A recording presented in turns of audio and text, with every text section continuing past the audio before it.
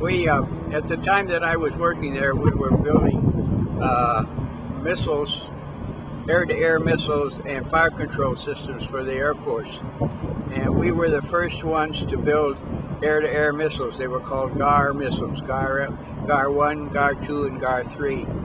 And I had the job at the time that they built a big facility down in Tucson.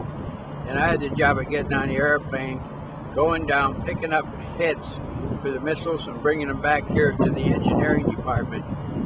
So I did that quite a bit, and I took care of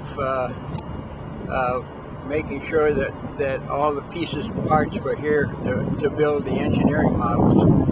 But that really, and I would report to Ramo, who was my boss, and tell him where things were and what things were done. And that's how I got started, because I knew nothing about engineering or engineering pieces or anything until I started here. But I stayed, after he left, I stayed for another 4 years or so, and 4 or 5, I guess. And then finally, about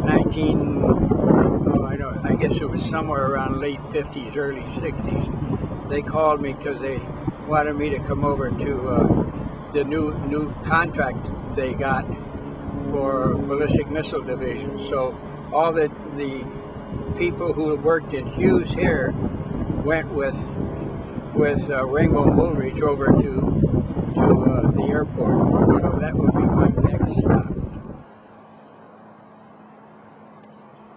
This street is the second street I lived on after I had gotten out of the Navy. First street was over in the other part of town. This is now closer to Hughes Aircraft Company and down below here. So I got a room here on this street. The house I can't recognize, but I lived here until I finally went to with another fellow and got an apartment. So I was here probably, maybe a year, if that much, I'm not sure. I'd have to figure out exactly how much. But this was the second place I lived.